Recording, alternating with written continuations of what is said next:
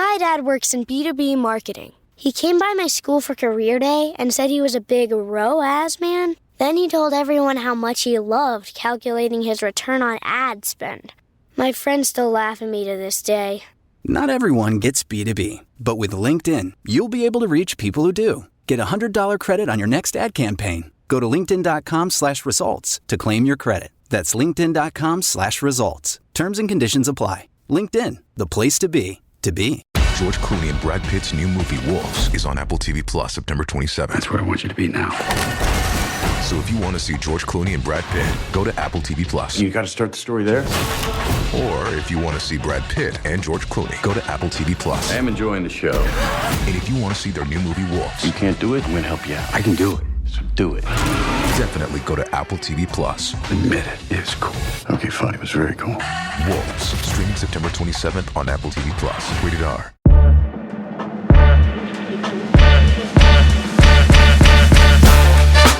You're listening to the Cardiff Central podcast. Hello and welcome to the Cardiff Central podcast with me, Karen Harris. Dan Pearce is here with me. I haven't called you Dan Pearce before in my life. Dan is here with me. Yeah, Cardiff Rugby Life, whatever you want to call it. No Hardy this week. He's, I think he's off gallivanting, isn't he, Dan? Yeah, he's in Butlins or something, which I bet that's a right laugh with a bunch of toddlers and stuff. Yeah, if you listen, I enjoy it. Yeah, Butlins. But yeah, it was we're both in good spirits after a very good week for Cardiff. Spoke to Griff Rees after the Cardiff regional game, and he said 11 points out of 10 for Cardiff and Cardiff Rags, which was obviously 5 points for the region and 6 points for the Rags. Where do you want to start, Dan? We'll go for the main game on Friday night first, I guess, as the big one of the weekend. And yeah, it was a weird one really, because it was 5 points and job done, and all the boxes were ticked in that sense. But walking out the ground, it was kind of like, I'm not sure I think if you didn't know the result and you watched everybody leaving the Arms Park, you probably wouldn't have guessed that we got 5 points really on Friday night. It was an odd game. It wasn't a classic by any stretch of the imagination. I thought first half, it was just job done. 17-3, I think it was at half time, 3 tries. We won their 22 4-time, scored 3 tries. They didn't really look like scoring at all in the first half. And then, yeah, I think Jockey said in his presser this week something about that we sat up too early maybe, or that we sort of went to manage the game too early. But it just felt like, yeah, we went to sort of park the bus and it didn't really do a very good job of that, to be honest. It was like sat deeper, kicked a lot, but kicked really poorly. And then where we were sitting so deep, we made a lot of tackles. I think the URC website's got us about 240 odd. And so when you're trying to kick to compete after making 240 tackles, lo and behold, your legs aren't feeling very good to chase after it. So, slightly odd tactically second half, but I'm happy to put it down to, new, like a lot of new faces, new combinations, a side that didn't win a lot last year and isn't, it's a bit of a cliche thing about knowing how to win and all that sort of stuff. But it is true that, these lads lost a lot of these tight games last year. And round one, Benetton last year, we were cruising at 60, 65 minutes and managed to lose that. So, yeah, there's a bit of scar tissue there to overcome. But I thought the boys dug in, did what they had to do, get away with 5 points. To steal a line from Craig Bellamy and football, that's probably the worst we'll play, I think, hopefully, and it can only get better. But it won't be one that we'll talk about in a few weeks. I think we'll have forgotten about it by then. But it's a win that we didn't get last season, which is a big thing as well. That if you're comparing results against teams that we drew out there, so a win in this one is what we wanted for and what we got. Yeah, as you mentioned, a lot of new faces. 3 of them, 4 if you count Sheedy, getting on the score sheet with Stevens, Dan Thomas, and McAnally, along with, as I said, Callum Sheedy getting a conversion one out of 4, which you'd probably be disappointed with. But overall, let's start with Sheedy because it was a very good performance. 2 of the tries set up through brilliant kicks. As you said, Cardiff were incredibly clinical in that first half. 4 entries, as you said. 2 of them came from kicks. 1 crossfield kick, 1 little nick in behind, which was lovely, I thought. Overall, what did you make of his performance? Because there's been a lot of talk about him coming in, obviously against to be a player of the season last season, and Sheedy stood up. Yeah, I said it on the pod last week, about the debate between the two, and I get the sort of romanticism around De Beer holding the jersey and all that sort of stuff, and he did do a great job. But ultimately, Sheedy is a better player in all facets of the game. I thought he showed that on Friday night. Really, the composure, the vision, the execution. Yeah, that left foot kick is stunning. It's to drop it onto your weaker foot and perfectly place it in behind in a 2-on-2 there for Stevens. A great finish from him. He is rapid as a bloke. But yeah, I think the only disappointment really was that we didn't get the ball in his hands often enough. Really, we kicked a lot from 9 and didn't play at all really in the middle third of the pitch. So we didn't really see what he could do through extended phase play and building up that pressure. But yeah, the cross kicks. I think the impressive thing about that is it's a bit of chaos on that pitch at that moment. There's been Ben Thomas and Lilo have linked up nicely to make the line break. There's Zebra lads all over the shop trying to get back in defence. We're not in any particular shape through midfield, but he takes the ball. The Zebra defender flies up. He sort of double pumps him and puts it perfectly over the top. You can't, that is the difference between sort of a good 10 and a test level 10 is keeping your head in those situations. So yeah, I think we do need to work on getting him the ball more. Conversion wise, the only thing I can think is that maybe the rest of the team don't like him very much because I kept giving him these conversions on the touchline. But no, I don't know. Obviously, people there would have felt it, but if for watching on telly, it was quite a tough night to kick in actually on Friday night. It was similar Thursday as well for the college and the Rags game. That the town was quite calm, and then you got into the Arms Park, and somebody was pumping a massive industrial fan from somewhere down from the town end across the river. It was like proper gusting as well. There wasn't any regularity to that wind. So yeah, we know Sheedy's a good enough goal kicker, so I'm not concerned in that sense. But I thought the only thing I would say is that he got man of the match. I thought there were other players who probably should have got it, but it did felt like because of the narrative, I think he won that man of the match before kickoff potentially. Prodigal son returns and all that sort of stuff. All he needed to do was the Ayatollah at the end, and he got player of the season. But yeah, I think they were, yeah, as you say, it was a bit of romanticism. A couple of other players, I thought Dan Thomas, McAnally both played really well on debut, or competitive debut, depending on what you want to call it. A couple of other lads as well. What do you make of Danny Southworth? Obviously, that was an interesting selection, perhaps when we didn't pick on the pod, but along with every other pick there's ever been. What did you make of his performance and a couple of the other guys up front? Yeah, I mean, first 60, 65 or so, scrum was absolutely fine. We didn't see a huge amount of Southworth. He shows some nice hands where the Zebra player ends up behind his own goal line and has a bit of a shoveled kick out, and to take that from that distance is very nice hands and a good carry. But yeah, I mean, set piece wise, we were pretty good. I thought all through the night on Friday night. Southworth, Belcher, and Azza as a front row were solid at scrum time. McNally, like you said, a terrific maul defender, really gave Zebra nothing in that area at all. Although I don't think we quite got through to sack any of them.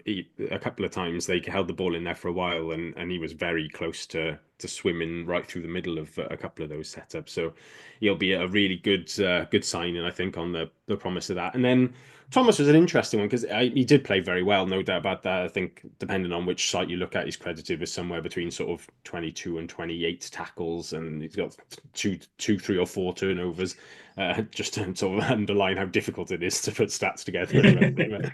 But I just thought it was interesting just to see how different he is as a 7 actually in terms of I said this on the rap pod I was on Monday, the main one in stepping in for Harley, but I think Thomas Young, if he'd started that game, probably would have made 10 fewer tackles, somewhere around 15 or whatever, but would have attempted double the amount of jackals, whereas Thomas is not. He's not a consistent jackal threat. He's not going to go over every single breakdown and try and slow down. If the ball's there and he fancies it, he'll go straight in for the jackal, and he won 2 brilliantly on the floor. But yeah, it's not a criticism or anything as such. It's just an observation that I think they're going to have to, and this will come as they play the forwards play more together. They'll just have to utilize the teamwork a bit more around Dan Thomas, James Botham, Liam Belcher, Azza, Doma, these kind of guys. working as a team and hunting in packs around the turnover rather than just relying on where we've had Ellis or where we've had Thomas Young or Ollie Robinson over the last few years, who just literally just go everything on the floor. Yeah, I 100% agree. I think that was quite evident in the first 15 minutes or so, where Zebra had a lot of possession. They weren't going anywhere with it, which says a lot about the defence. I thought the defence was really well drilled and didn't really give them much at all. I think there was one penalty, but you allow that in the first 20 minutes. But in general, it was flat defence. There were no obvious line breaks. There were no noticeable missed tackles, if I could be completely honest. But you're giving Zebra, first game of the season, near enough 10 minutes of possession, it felt like at times, which I got to be honest, I personally wouldn't want to see. If you're at home, if you're a defensive coach, it's great that you're keeping up on the line and you're just shuffling across, doing the job. As we said before on last week's pod, putting Lilo in there because he's just going to marshal and make sure that nothing breaks through. But you want to do something on your own ball and you want to create a bit of havoc. And I think there was a bit easy possession for Zebra and a bit easy defending for Cardiff. It seemed like two sides that were just like, right, we're going to do our jobs and just see it out and not do anything stupid for 10, 15 minutes, rather than a kicking duel. Or it was a different way of sussing the opponents out, I thought. On the kicking duels as well, I thought Aled had a good start to the game, particularly at 9. I did think he played well, and then I know Mulder came on and made a couple of mistakes with kicks, but that happens, and he's going to learn from it. And you could see immediately what I did like about that. Immediately, De Beer was going over to him, being like, "Right, don't worry about it. The next one, probably an Afrikaans. I'm not going to try and do the accent, but he's quickly just giving a word in his ear and giving him a bit of advice, and I thought that was quite nice." What did happen then in the final 20? Because I didn't watch it live. I had to recap because I was walking on my way to the stadium after working on the Wales game. But the final 20, the wheels didn't come off, but it was just a bit of complacency. Yeah, and I thought it was an accumulation of how the game had gone to that point as well, because I agree that Ali Davis came in for a little bit of stick in responses to my tweets and stuff after the game. A couple of people, somebody mentioned like the jury's out on him and stuff like that. But I actually thought he kicked really well. Like I went back and sort of just tallied through the kicking, because it was quite a kick heavy game from us. And we box kicked to compete 15 times in the game. And there was obviously more than that as well. We kicked a touch a couple of times clear, and he had one over the top, sort of 50-22-ish. But obviously our main sort of attacking game plan on the night was to kick a lot in the middle third, try and win the ball back inside their half or in some sort of unstructured play by flapping the ball back, and then try and play either on the counter or on front foot ball from there. And of those 15, there's 2 that Zebra sort of bobble into touch, and one where Aled drops a little one over the top for Ewan Stevens to run onto, but he's then immediately turned over on the floor because he's all by himself. So we didn't actually recover a box kick to compete in play once. And if that's your main game plan, which it seemed to be, you're sort of struggling a bit. So I just thought the last 20 minutes we're at 200 odd tackles at that point. We've conceded somewhere around 60% possessions, probably a bit more in territory, hardly got out of our half. Legs are tiring a bit. We've gone to the bench quite early as well, a couple of quite early subs, and I think there was quite a lot of fatigue on there at that point. We've brought Mulder and De Beer on, who Mulder, I felt sorry for him a bit, to be honest, because the box kicking's not his game. If you watch him play for the Grickers and Curry Cup, and Curry Cup's not a big box kicking environment anyway. You're not box kicking to compete on a hard fast track in South Africa. If you're kicking, you're battering the ball down as far as you can and saying good luck running that back, lad. So I felt a bit sorry for him. And then it was just tired legs, couldn't chase very well. The kicking quality dropped off a bit. We lost, we never really had that consistent threat over the ball, so they were able to keep possession quite well. I thought Zebra played quite differently from how we thought they were going to. That usually we see them as expansive and play wide and make quite a lot of mistakes that way and cough the ball up.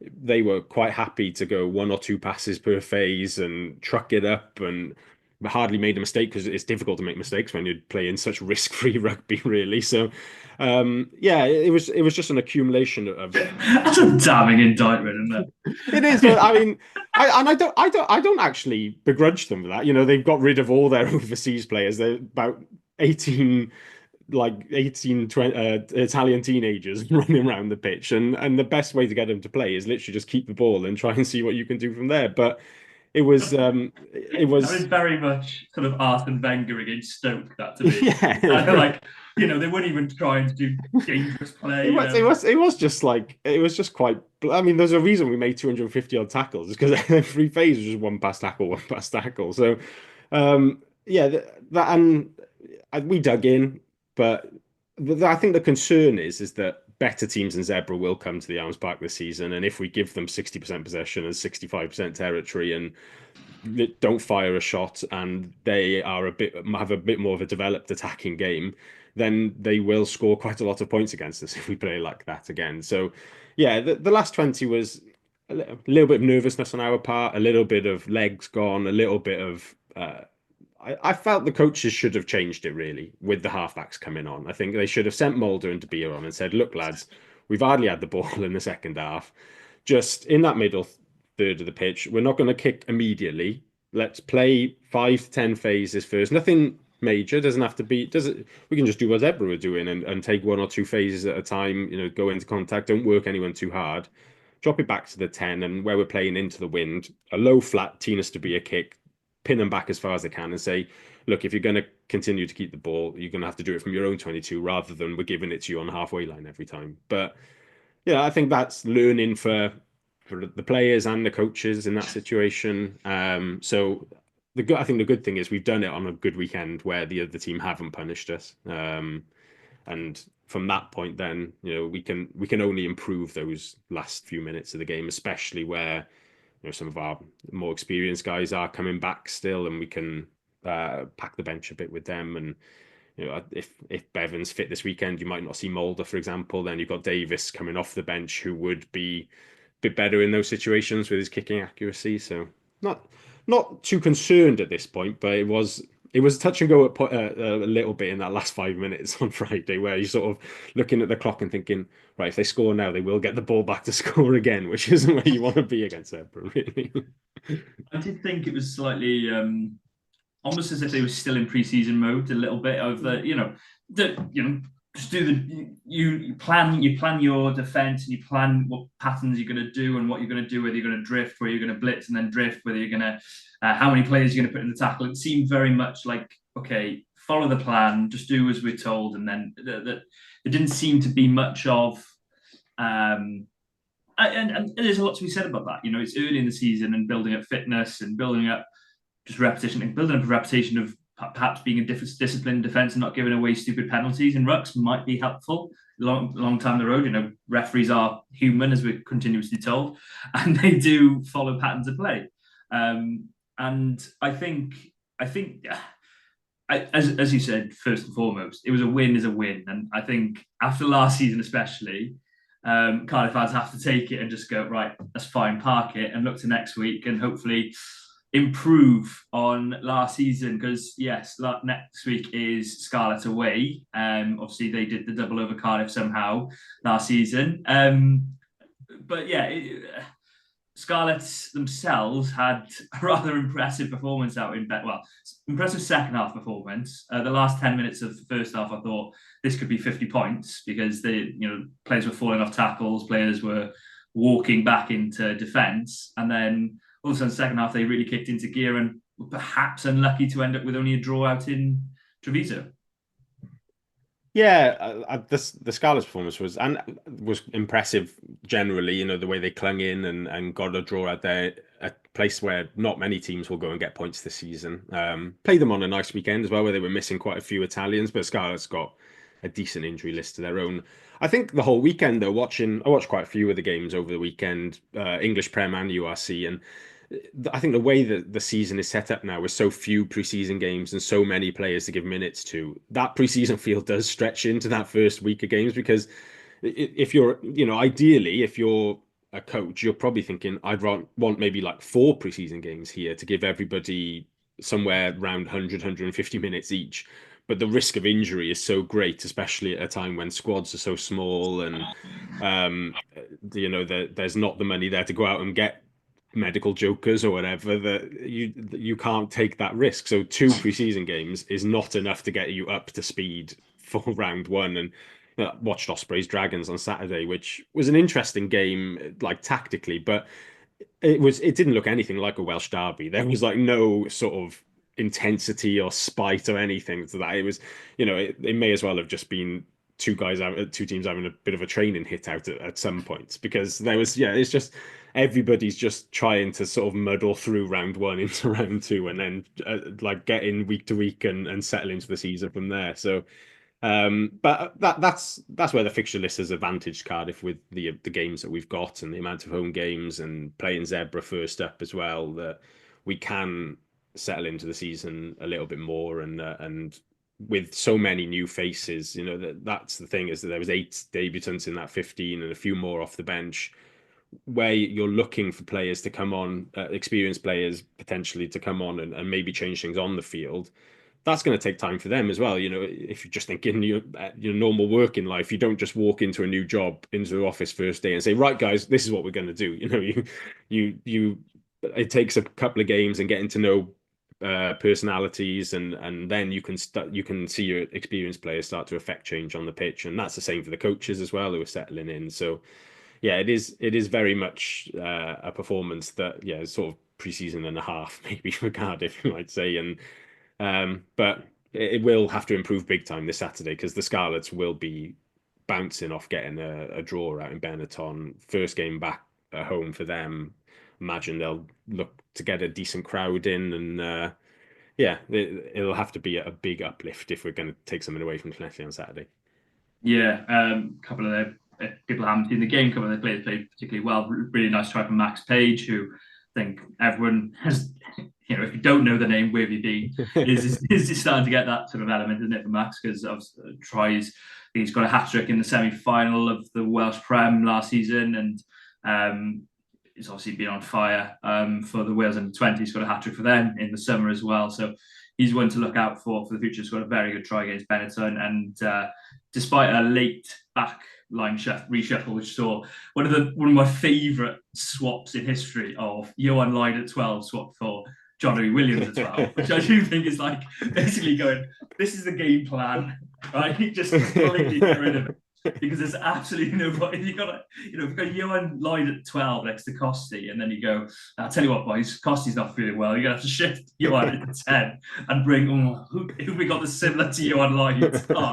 Johnny Williams. I just really like that idea that 24 hours before kickoff, Dwayne Peel goes, there's no point in all the prep we've done this month for this game. The good performance from them all the same. A couple of others to look out for. Van der Merwe was pretty good in the front row for debut. The wings particularly look very good. They box kicked well and they retained ball well in the air, which that would be an area which I think Scarlett will look to put pressure on Cardiff, was the aerial battle, because both wings look good, particularly Blair Murray. He was very safe under the high ball from box kicks, and Gareth Davies kicking to compete as well. So things do happen. Pigs can't fly. No, I'm joking. But where do you think Cardiff can get the upper hand then against Scarlett on Saturday? It's a tough one, really, because looking at the Cardiff and Scarlets are always quite evenly matched. They're the two Welsh sides that probably play the most similar, or look to play in the most similar way through the back. Certainly, I think our kicking's got to be better to properly test them. I thought they were solid, but Benetton didn't massively target them. I think once they lost a few in the air, they sort of went, well, we're not doing that anymore, and we're just binning off. Though, just try to keep the ball in hand and play a lot more. I think if we can put some real pressure on their defence, I think we can test them in that midfield. Page, if he does play again at 13, great talent, but you've got to, if you're seeing a guy literally just stepping into senior professional rugby at outside centre, you've got to think, right, that's where we're going to go. I'm sure we'll get onto team selection a bit later, but if you're if you're looking at a Cardiff backline and think, do I send Mason Grady just straight at Page early doors and see what happens? That's something that you could consider. And then I think it's speed of ball a little bit as well. The Benetton were quite physical. They were quite direct. They did move the ball wide when it was on, but the Scarlets with Jared Taylor at 7, they are lacking. He was, but he's not an open side, is what I would say. He was very physical and met Benetton's straight up sort of direct play. Got through a lot of work that way, but they will like similar to how Cardiff didn't have the jackal threat on Friday. They won't turn the ball over regularly, and most of their turnovers were coming from Benetton handling errors. So if we can get the tempo up and move them around, because they are quite a big pack. I think Fafita picked up an injury as well potentially on Saturday, so if he's not available, then that is a plus for us. Lousy may be back, but if you can stretch him, he can give you a yellow card because he can get out of shape, tackle technique wise. So, what technique? No, I'm joking. But yeah, I think that's where we're gonna have to be a bit braver in that middle third and play a little bit more. We're gonna have to bring our tempo, and I think we'll have to bring a ball carrier into our back row. I think as well.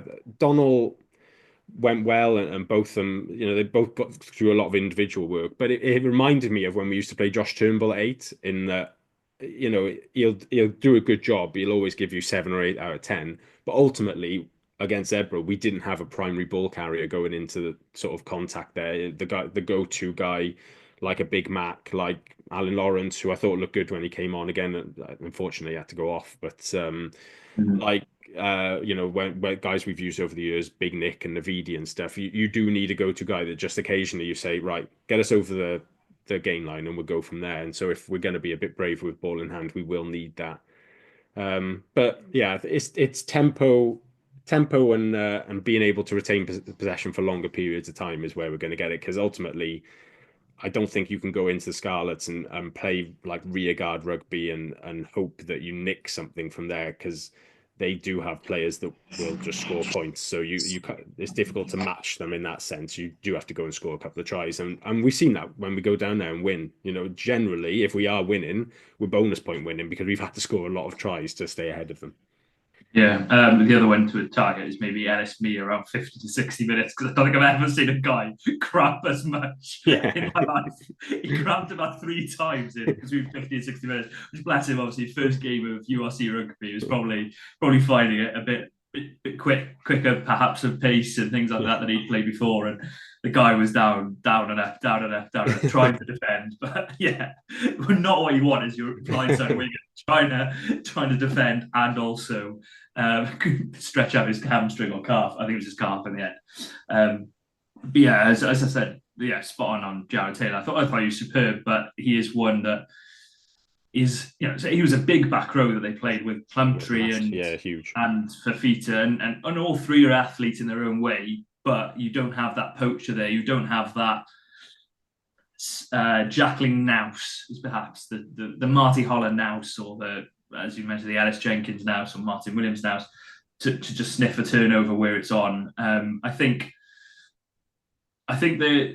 they looked, I must say, I was impressed with Scarlets. I thought they'd struggle out there, but they did impress me. I think what'll be interesting next week is whether Johan Lloyd plays at 12 again. That was the plan last week, whether it happens again this week, because that is a small centre partnership between Lloyd and Page. It really is. Very talented pairing, both brilliant ball players and footballers, if you want to call them that. But they are both on the smaller side. Max Page runs his weight, but he isn't one who's probably going to dominate a defensive line or a gain line or anything like that. So that's an area that, as you mentioned, coming to selection, that perhaps Cardiff could target. Do you want to do selection now, or do you want to wait till the end? Or do it. Yeah, go on. Yeah. Because I suppose any changes in the back 3, because that's probably the first question, and I think you've hinted at Grady move to 13, and I'd be tempted to say as well. Yeah, I mean that would be the change. But I mean, Winnett is at fullback still. I don't think Beetham's fit yet anyway. But I'd see no reason to pull Winnett out to there. Stevens was excellent, so he retains his spot on the left wing. And then, yeah, I think the thing about the Scarlet centre pairship and how we set up it is that they do have quite a lot of very different options there. Like we said about Lloyd and Williams coming in. There's a whisper that Eddie James might be fit again this weekend. So they got Williams and James, both big blokes, and then you've got Lloyd and Page, both small blokes. You could mix and match. You can go to the two extremes. So it'll be difficult. That's an advantage they do have. That Cardiff won't know exactly what's coming through that midfield. But I think Lilo did a good job on Friday, but he looked like his legs had gone a little bit by sort of 60, 65 minutes. I think we probably changed Millard for Stevens too early, and it left us a little bit exposed there. So I'd be tempted with Ray being somewhere around 65 or 70, I think. That I'd be tempted to say, give Ray a week off this week, give Grady a go in a Big Welsh Derby at 13, where he'll say he's happy to play wherever, and I'm sure in the media, but ultimately he must fancy playing at 13 more regularly, and the Welsh coaches will want to see him playing at 13 as well. So yeah, I think I'd go Grady into the centre, and then Gabe would be my choice. Then come on to the right wing, I think, just to keep that size and that speed of chasing up and down. I think if you bring Millard in, Millard, Winnett, and Stevens is quite a small back three, and it's quite similar as well. I think Gabe just adds a little bit of something a bit different there. Yeah, I completely agree. I wanted to see Gabe last week, and hopefully he's fit and raring to go to start this week. And then I think everyone knows Ben Thomas is going to start as well. That's not going to, I think that's one you can ink in for a whole season. 10, would you change the halfbacks at all? Because I'd be, obviously Bevan, as you mentioned, is the one debate if he's coming back from fitness, but I'd start Sheedy surely, and then you probably either Aled or Bevan, and you're not losing much there. Yeah, 100% Sheedy. And then I think it'll obviously depend on exactly how fit Bevan is. I think it was a broken finger, so sort of like general fitness wise, he should be fine. But obviously, it's just like how healed the finger is in terms of gripping and like passing for however long. But I think Keane's entered the podcast. I'd be happy with either. I don't think there's much in it particularly. I think my slight preference on a 51-49 basis would probably be Bevan. But I think then Jockey will probably do Davis and just stick with those two for now and bring Bevan onto the bench. But I think that's a little bit because Bevan offers slightly more in terms of sniping threat, big physical guy. He can lift that tempo a bit, but also then because I think Aled is probably the better of the two to bring off the bench if you're controlling things. Yeah, it depends how positive or negative you want to be, really. Because if you say that Aled keeps it tight maybe for 60 minutes and kicks well, and then Bevan comes on to play, or do you hope that Bevan's got us into a winning position and then Aled comes on to see it out? But yeah, I think I'd lean towards Bevan, but I'm not going to throw my toys out of the pram if it was Davis. Yeah, I think purely from a probably journalistic / neutral standpoint, you kind of want to see Bevan start to see that battle against Gareth. Yeah. Gareth Davis in the nines. Not saying Aled Davis is out of the question, particularly now he's back in Wales, but it's the starting nine versus the old head at nine, perhaps. Yeah. And I think that's an interesting battle always. Front row, I think probably Doma's the one question mark if he's available. Do you start bringing back into the front row? Yeah, my assumption was that we've probably kept him back for week 2. There was no mention of an injury for him last week. He wasn't a travelling reserve, but I wouldn't necessarily expect him to do that either. If you're happy that both your loose heads are fit, they would. I think it was. Actually, who was well, I can't actually remember who the loose head travelling reserve was off the top of my head now because Barrett was with the Rags, but I'm 99% sure it wasn't Doma. But yeah, I think if he's fit, I'd bring him in. It's a good battle there then against Wainwright, who, the Scarlets front row were I thought they looked a lot improved last week. Matthias, who has come in for stick, at times. I think because probably he's been rushed into the Wales squad, where we've either had a few injuries or Gatland is just refusing to pick certain people. So he's had a bit of stick from that, in the same way that Carey did and Dylan Lewis did as well, where they've come in very young. But Matthias looked like he was justifying the sort of talent ceiling that some have put in last week. And Wainwright, or always slightly been an odd player. Doesn't look like a rugby player really. Should be a lot more dominant than he. It seems like he should be a lot more dominant for a guy of his size, but held up a good Benetton pack last week. So yeah, I'd be tempted to run the front row it probably. The only question mark in my head is maybe gives Evan Lloyd a go from the start potentially, and has Belcher off the bench, just to add obviously Evan is a big old bloke, just to add extra size again, bit of extra ball carrying as well. I think his line out throwing was all right when he came on Friday night. So but yeah, I think if I was writing the team down, it would be Ron the front row. Yeah, I'm similar on Evan, and the reason I was laughing at Wainwright is I thought he played very well, apart from his absolute brain fart. Yeah, that was awful. I genuinely have no other words for it. Like, lovely guy, played well, but you just, why are you charging down a penalty? Just genuinely, I've got no understanding of that whatsoever. And charging it down and then sort of looking half surprised when the referee penalises you then as well. I thought it was a conversion. How? How did you think it was a conversion? You weren't by your post. What? Should have gone for HIA straight away at that point. Yeah. Oh, really? Not the funniest HIA of the weekend either. That would have been Ruben Morgan Williams for HIA while his mouth guard was in his socks. But moving on. I think I'd be tempted by Evan, but coming back to that over the ball threat, I think it'd be good to have Belcher, because I think he's probably at this stage. I'm not saying Evan couldn't develop that a bit more, particularly he's got a back row background. But I think, at the moment, I think Belcher's stronger over the ball and can jackal better. I think slowing down Scarlet's ball is always important. They're always a side that can play well if you give them front foot ball. Second rows, I see no reason to change unless. Oh yeah, no, I don't either. I think exactly the same with McNally, then Teddy, then Rory on the bench. I think it'd be pretty much exactly the same. And then back row, you mentioned a change at 8, perhaps. Does that mean Donald to 6 and Lawrence to 8, or Big Mac to 8? What were you thinking? I think Big Mac was missed out for sort of non-rugby reasons last week, which are now resolved. And I think he will start if he's available. I think they'll say, look, you've had a week off there. We're going to stick you straight in and give you a go from the start this week. I think Donald might be the player to make way, because I think they'll want both of them at 6 then with Thomas. But and then probably Donald goes onto the bench then. It's a slight risk.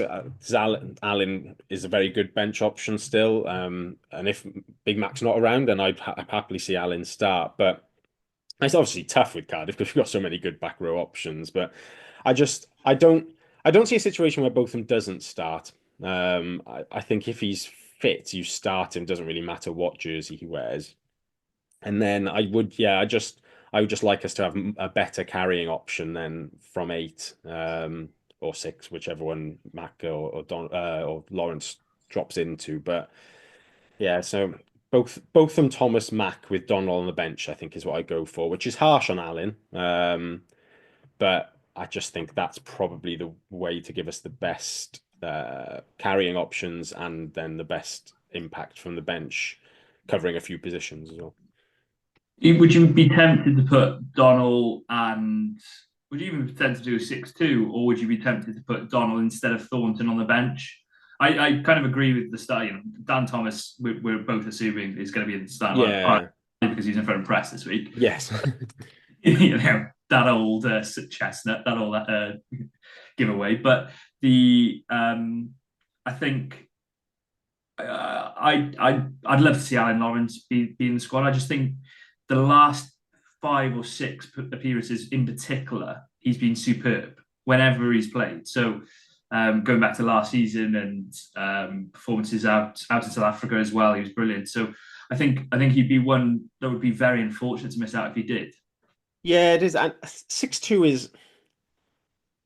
I'm not immediately tempted by a 6-2 away at Scarlets because I think the weather's looking all right for Saturday. I think it will be quite a fast-paced game, and I worry that if we went 6-2, we'd pay for it in the last sort of 15 minutes if we had some quite tired legs in the backs. Where the Scarlets, if they went 5-3 and if Eddie James is back and Costello's back from feeling unwell, then they can bring, if they could bring Johan Lloyd on, or they can bring, potentially, I don't know if they push Max Page to the wing and then have Ellis Mee coming on, or whatever the way they go, they can bring some real pace and some real quality off the bench in their backs then. So yeah, as much as I concede the argument for 6-2, I think that the potential downside to it probably just prevents me from doing that this week. I think, and then I think Thornton off the bench is just very good for set piece in that final 20 minutes then as well. I think he doesn't offer the sort of 80-minute physicality that you sometimes need in these big games. But I think if you can say to him, look, Rory, 20 minutes, go and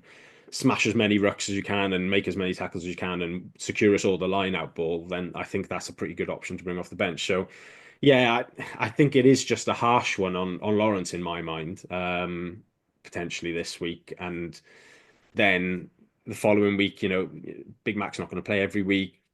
Thomas and both of them will have both played a lot of rugby by then. Against Glasgow, we'll want some more physical guys against quite a big pack. So you might bring him back in for that. But yeah,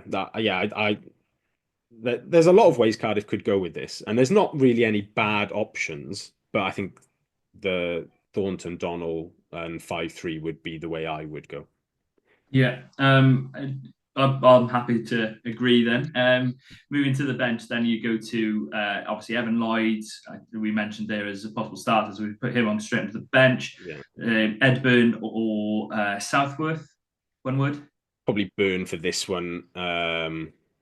Yeah, Burn Yeah, well, sorry. You said one word, and I was thinking about you saying one word as I was saying more words. Reece Litterick, I think, is the obvious other option. Tight head, and with Thornton then and Donnell. It'll be then Aled on the bench with De Beer and Millard. Yeah, I think Millard is probably the only other outside back we've got fit now at the moment as well, because we've got quite a lot of injuries there at the moment. So yeah, Lilo, obviously, yeah. Yes, I'm never a massive fan of bringing Lilo off the bench. I don't think it suits him at all, to be honest. So I think if he's not starting, you're just leaving him at home, really. So, but the other thing I'd like to see them doing a little bit with Lilo this season is bringing him, waterboy in and getting him wired up to the coaches and seeing if that's a transition he might fancy as well. I don't know if coaching is necessarily exactly what he wants to do, but I think there's some role there as a sort of player mentor type thing for him, and getting him involved in the sort of getting messages on and just having a quiet word in people's ears is not a bad thing at all. Yeah, I'll quickly run through that then. So it was, I'm probably going to get this wrong, but Domchowski, Belcher and Azarati front row, McNally and Teddy Williams, both of them, Dan Thomas, Big Mac. 9 and 10 then, Bevan and Callum Sheedy, Ben Thomas, Grady, Iwan Stevens, Gabe Haber-Webb, and Cam Winnett. It's hard to even think to recap 15 when you haven't written them down and sensibly. But yeah, it should be a good game on Saturday, and that's at 5:30 as part of a big double header. Before I talk about the other games, obviously the Rags games, just a reminder to subscribe to our YouTube channel. I think we're on close to 500 subscribers now, which I think, so we're doing quite well on there. And follow us on all social media, that's on Twitter and I think Facebook as well are the two primary ones. We are working on the Instagram and trying to grow that, but we are very slow at it. But we will develop that a bit more in the future. But yeah, if you could have a look at our YouTube, because we will put clips up of small sections of different pods and things like that as well, so you can have a little taste of some of the other pods that are going on. And various other pods started up in the last couple of weeks, including a women's pod. What else has started up? URC wide pod, isn't there? There's all sorts now. Yeah, if you want any sort of Welsh rugby or even general rugby related content, just subscribe to that YouTube channel and it's all there in your feed. You can't go wrong, really. Yeah, brilliant. That was the advert you needed rather than my ramblings. Let's talk about Rags because, as I mentioned, 6 points for the Rags, which, despite it being stupid, everyone will take it and run with it. It was a very good performance as well. That's there was one blemish on the card, and we'll talk about that further on in terms of injuries, which was very sad to see. But overall, what a performance from the Rags. Yeah, generally quite a tight game against Ebbw Vale that we do sort of come out on top of usually, but I mean it was pretty dominant at times on Thursday night. There was a couple of changes, a couple more new faces coming in, a couple of new combinations, but against an Ebbw Vale team that is always well drilled, is strong up front, can pin you back and really make it difficult for you. We played some really nice stuff, a lot of good attacking rugby, really solid up front. Probably could have won it a bit more comfortable in the end. There was, Ebbw Vale were pushing at times in the second half, but yeah, Cardiff soaked up a lot of that pressure. Brilliant on transition. So the counter-attacking try in particular, where Tom Rice, number 8, goes across the field and feeds Josh Thomas and Derry Cross on that left-hand side, was really good. Obviously, a couple of young guys through midfield, Stefan Manuel making his debut, and maybe in another slight pre-arranged man of the match won that one as well. But he definitely grew into the game. There was a couple in the first half where it was on to shift the ball, and he sort of kept hold of it and went through midfield a bit. And where I stood on the south terrace, there was a very frustrated Derry Cross on the left wing who was wanting a lot more ball than he was getting in that first half before finally getting over for a try. Yeah, well, yeah. It was, when he was running back, it was sort of like, yeah, we told you it was coming, so relax. But yeah, he played very well. Josh Thomas looked very good at fly half as well.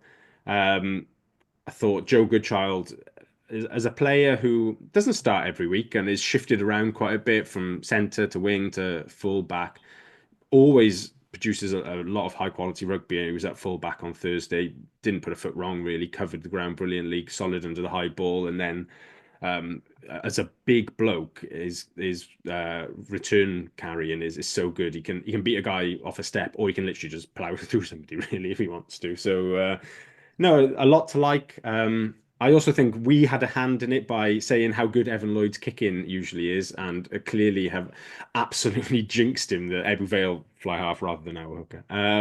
Because he was struggling to get to grips with that wind big time, and they were shanking off all over the shop, which was unfortunate for him in Ebbw Vale, but a win for the Rags on the night, because they struggled to sort of get a lot of territory and left a couple of points off the tee there then as well. But no, I think if you're Chris Rees and Dan Fish and you've got 11 points from 12 and sitting joint top of the table, you can't really ask for much more going into a weekend off as well, with a lot of extra time to prepare then for the coming games.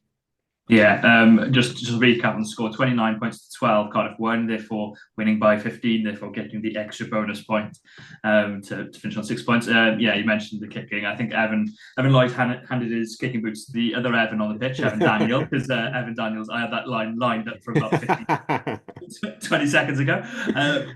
Evan Daniel with a 50. Well, I think it wasn't quite a 50-22 because I think the ball was taken into his own half, but pretty much there. And as you mentioned, Stefan Manuel did get him out of the match, but I did agree. Actually, I thought there were a couple of moments where there was a little bit of, I don't want to say selfishness because that sounds a bit harsh, because it was probably more looking to carry forward rather than put the ball out. But I did think there were opportunities to put the ball wider. But overall, he did have a brilliant game. And he's still so young. Like, it is ridiculous to see. And is he still 18 or is he now 19? But 18, 19-year-old kids dominate in the way that he was up against a pretty decent centre partnership in Ethan Phillips and Cameron Davis. So really good performance from the Rags, and yeah, it probably surprised a few. It's definitely surprised me the way they've started, considering turnover of players. No big Morgan Allen. He was turning out for who's he? Pontypool now, is Yeah, that in right? the second row they're playing him as well. Yeah, so he's turning out in the second row for Pontypool, and yes, there are still big name players: Craig Hunt, Sean Moore, and I thought the front row were very good with Will Davis-King and Reece Barrett either side of Evan Daniel, but it's a younger side if you look through. Josh Thomas will be a really good player. For them, I think he was brilliant on the night. The one question, I don't know what their plan is with Harry Wild around that. Obviously, Harry's injured at the moment, but it'll be interesting to see how those two sort of coexist, I suppose, in the same team, because Josh has the experience and probably has the talent too, but has the ability at the moment, whereas Harry's is still a work on as a young under-20s fly half. Yeah, and in fairness to Griff in particular, the director of rugby there with the academy stuff, but he is very good at managing everybody's game time. And there's been a lot of good quality semi-professionals who've just come out of the professional game who there, and you might look at that. Maybe you look at like Tom Haberfield when Ellis Bevan was coming through and Jamie Hill were there. There's been sort of Aaron Pinches, and then when Mason Grady's been coming through at the same time, and in that cup winning side, there was a lot of good experienced guys through in the outside back positions, but you still got plenty of Max Llewellyn and Ben Thomas playing. So I think it'll just be on a sort of every other basis. Wild, obviously a talented guy, but I think he's back with the 20s this year. Pretty sure he's still there and has had injuries. Like you said, he's been injured for quite a bit last season. So I think they'll manage him closely. And then the other thing I think they can do is we might see a bit of Thomas at 15 as well, just talking through Wild through a few games. But it wouldn't surprise me that if there was a slight injury picked up by Sheedy or Dabia, that we saw. I thought Thomas has trained full time with the first team through the summer. I don't know whether he still is in full time with them, but it wouldn't surprise me if that was to happen, that they found a bit of money down the back of the sofa and signed him up to a short term deal to step into that squad. So they'll manage it pretty well, but overall, we mentioned about the front row there with Barrett, Daniel, and Davis-King. I think that was particularly pleasing to see, because there are times where guys drop down from the first team, and especially somebody like Evan Daniel, who his last couple of games were on a Wales tour to Australia, and now he's back playing Thursday nights against Ebbw Vale. You wouldn't even begrudge him necessarily for going, well, I can't be bothered with this particularly, and just sort of trotting around for 50 odd minutes and then coming off. But all action stuff from him, some great turnovers, physical in defence. Line-out went really well, considering he's probably not trained a huge amount with the Rags. He'll have mostly been in with the first team, not doing many Tuesday and Thursday nights over the summer. And yeah, the kick was just the icing on top, really, just for a laugh as well. So yeah, it's great to see those guys taking the Rags seriously and taking Super Rugby Cymru seriously, and using it as proper game time and a chance to catch the eye of Jockey and co, because that's the other thing Cardiff have been good at, is making sure that the first team coaches are there and aware of what's happening with the Rags, and obviously Griff is there as well, and as that link, and it does count for something when it comes to ongoing selection. Yeah, some reason in my brain, I feel if a player's playing well, Griff will make 100% sure Jockey knows that they're playing well. I can imagine that straight away he's like, did you see his performance this weekend? Did you see? Like, and in a good way, I mean that, in every good way, in the sense of it's very passionate about these young lads coming through and performing well.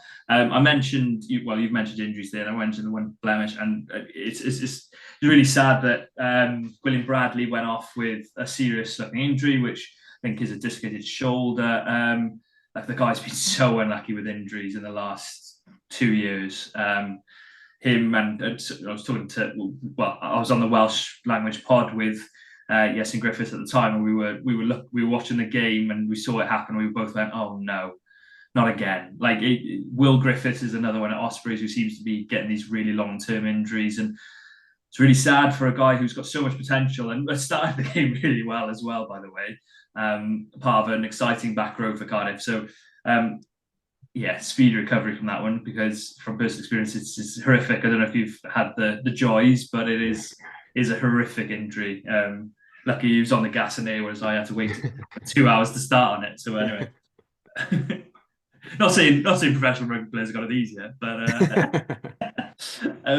speaking of well, not speaking of me playing, but speaking of Glantaf, because that's where I did my injury. They also played on Thursday night. Just a quick note for them, because they were brilliant. I was able to view on Esparrec Digidol and on their YouTube channels and Facebook, and one player stood out massively, which was Joseph Jones on the wing. Both of us were highly impressed.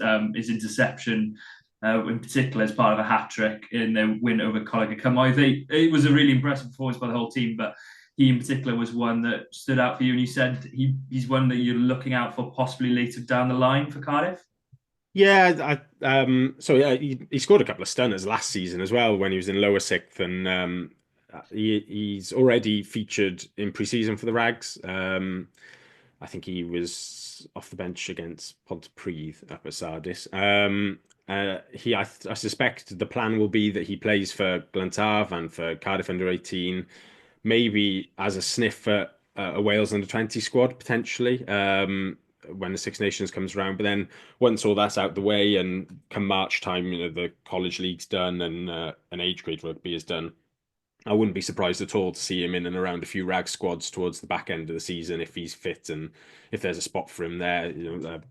Griff and Fisher have been very good at exposing some of these lads straight out of 18s in the back end of the season. We saw like Evan Rees played quite a lot last season. So yeah, it wouldn't surprise me at all if the likes of Jones in particular on the wing, but we saw Lloyd Lucas was very good at 10 as well. He was captain in Glantaf this year, and it was my first time seeing Tom Howe in the flesh as well, a hooker. Big boy, and I think he's still in lower sixth as well because he was playing up. He should have been under 16 last year, but he was at under 18. Christ, that's a physical bloke if he's only like 16, 17 years old. So, yeah, they've obviously spoken about him quite a lot. I think there was a piece on Wales Online recently about him as well as being identified as somebody coming from the back row to hook up earlier than we usually do see them. It's usually around sort of 18, 19, you get that switch. So, yeah, to see him. And then just on the Cymoedd team as well, there was one of the junior academy lads, Dylan Barrett, brother of Rees. There was definitely a family resemblance there because I walked into the Arms Park, I missed the first couple of minutes, looked onto the pitch, and I thought, oh, Rees Barrett's playing for Coleg Cymoedd. As he looks exactly the same and moves exactly the same as him as well. So, no, it was a great win for Glantaf. They were very good. Cymoedd were better than they were last season. They were quite disappointing last season. And they're obviously not the powerhouse that they were sort of 5-6 years ago. But yeah, it was good to see them improving, and I think it'll be an exciting season for the Cardiff sides in that college league, and hopefully that feeds into Cardiff under-18 squad then as well.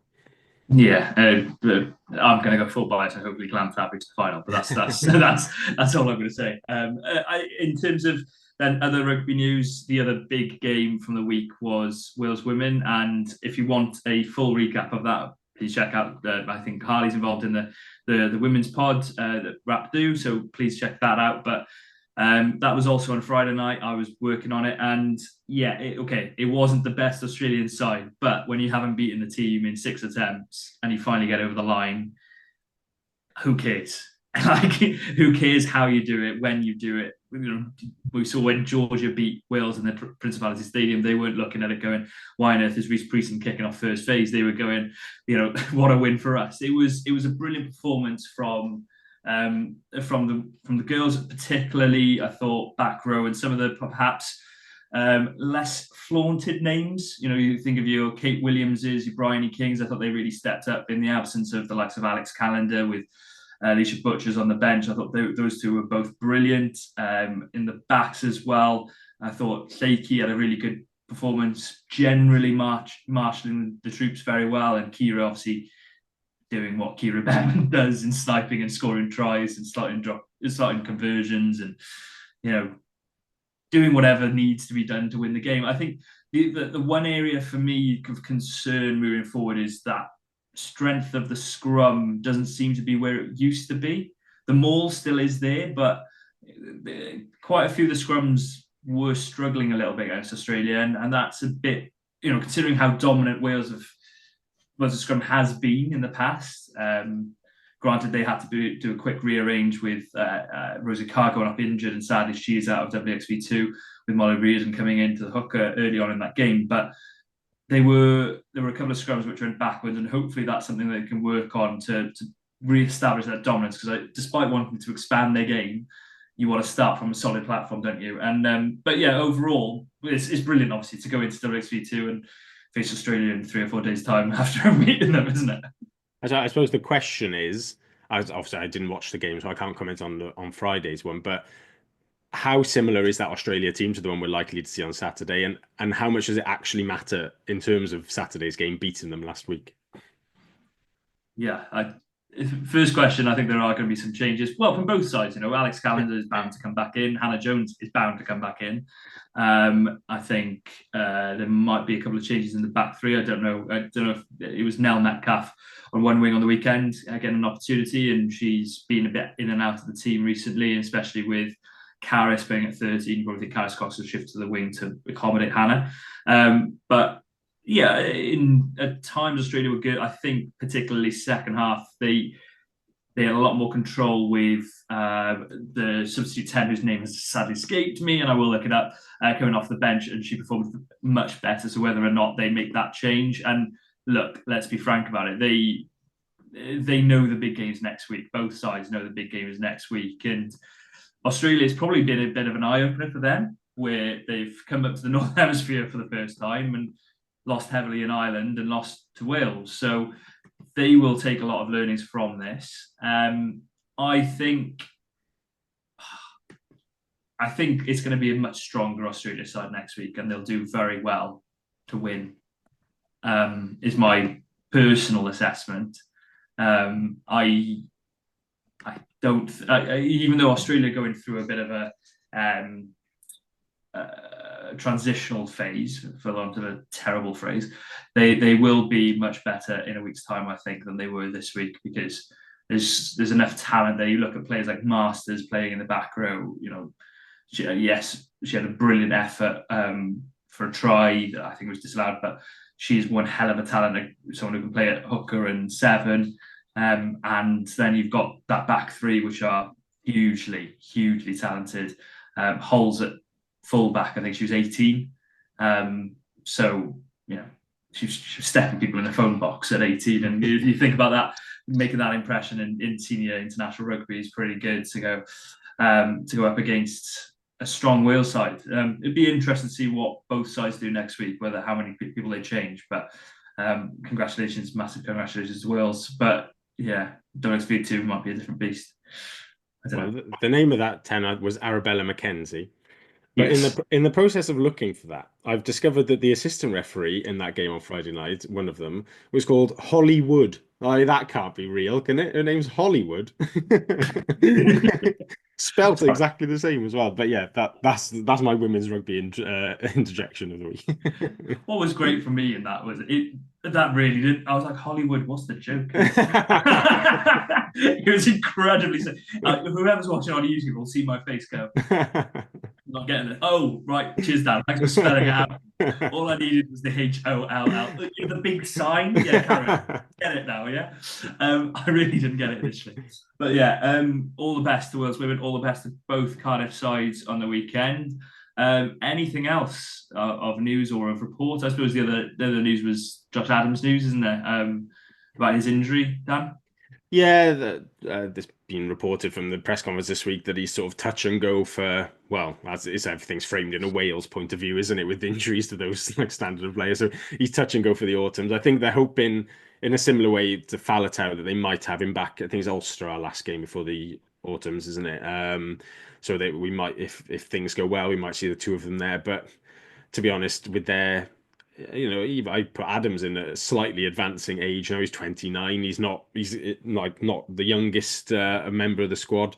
With their injury records as well, I'd be tempted to not rush them back. And I hope that if we choose not to, then the Welsh setup also choose not to, and let them have November if needed, and then they can come back out for a busy December period and and we can manage them through to the Six Nations then. But it's disappointing for Adams because he is a guy who does love playing for Cardiff. Like, when you sometimes get a few internationals, you kind of think, oh, they're probably not too fussed by club level. But Adams clearly enjoys playing for Cardiff and just enjoys playing rugby generally. So, so I hope he is able to get back sooner rather than later and in proper condition, not muddling through a sort of 75%.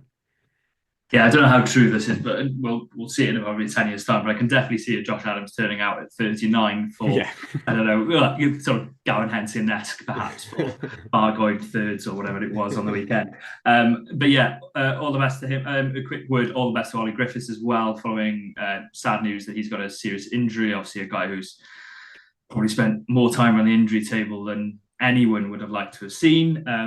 Although, you don't want to see anyone have any time on the injury table, but he's one who's particularly suffered from it more than most. I think he's got a tumor near his spine, isn't that right? So his spinal tumor. Yeah, he'll be out for the foreseeable, and all the best to him. And on that note, sorry. First of all, forgot to mention predictions. See, Harley's got this. Yeah, he does. He's Cardiff, the Rags, that is, go away to Quins. Quins have had a pretty good start to the season, really. Win opening day. Who do you see winning that one, though? I'd still back the Rags on that one. Carmarthen are a better side, and I think they've they probably used the end of last Premiership season to properly get ready for the start of this season, and they beat Swansea and they pushed somebody all the way. I cannot remember who it was off the top of my head. Aberavon, that's right. They pushed them big time. So it won't be easy. It's always a tough place to go. The Park, weird ground. But I think the Rags by 10 probably just come out. They generally have too much quality for Carmarthen on the day. Yeah, I'm going to say a bit closer. I'm going to say Rags by 6, but considering I haven't backed Rags in either of the games start of the season, I am worried to do that. But no, I'm going to say it's back in their good form, and hopefully they can continue it. Cardiff, then the region that is away at Scarlets is probably a bit of a tougher one to call. Yeah, on wrap, I kind of went sort of heart over head a little bit, and I went Cardiff by 3. So I'll stick with that just because it's going to be close. It won't be many points in it either way, no matter what. And I don't really want to predict Cardiff to lose necessarily, but I suppose what I would say is that maybe if somebody offered me a losing bonus point, would I consider taking it at this point? Like a good performance and a losing bonus point wouldn't be the end of the world. But yeah, we can nick it. There's no reason we can't go down there and win. So I'll stick with Cardiff by 3 with taking just any sort of points on the day would be good. Yeah, obviously this is the first derby with the next one coming in 2 weeks' time against Scarlets as well. Yeah. But bizarre way that's working. But I'm gonna, do you know what? I'm gonna back Cardiff. I'm gonna say Cardiff by 5. I think I was impressed by Scarlets on the weekend. I thought, particularly second half, as I said, they were much improved, and perhaps not missing the experience as much as I feared they would. But I am going to say that Cardiff have too much for them.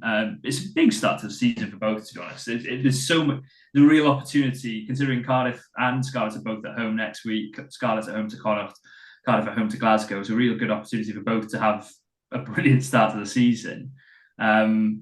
But it'd be interesting to see who gets on top on Saturday.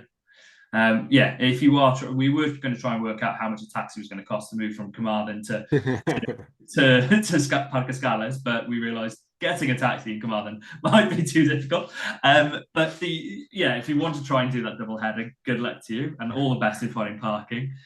But it is an opportunity to see at least one game down west this weekend. Dan, will you be there? Yes, it'd be rude not to walk across town to Parc Scarlets, really. So it's literally my closest game. It's nice not to have to drive anyway. Yeah, I won't be there, but I will be working on it. So, later tonight and all that. Thanks very much to Dan. Thanks very much for you all for listening. We will be back next week, I'm sure, with another pod. As I said before, follow us on all social media channels on Twitter and Facebook, and subscribe to the YouTube channel when you get an opportunity. Thanks very much, and all the best till next week. Ta-ra. Cheers.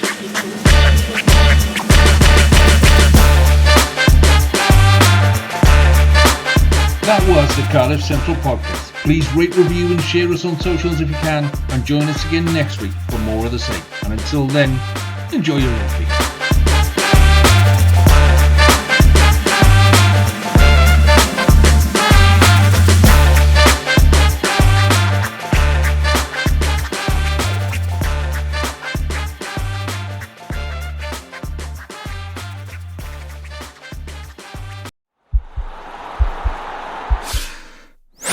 This podcast is part of the Sports Social Podcast Network.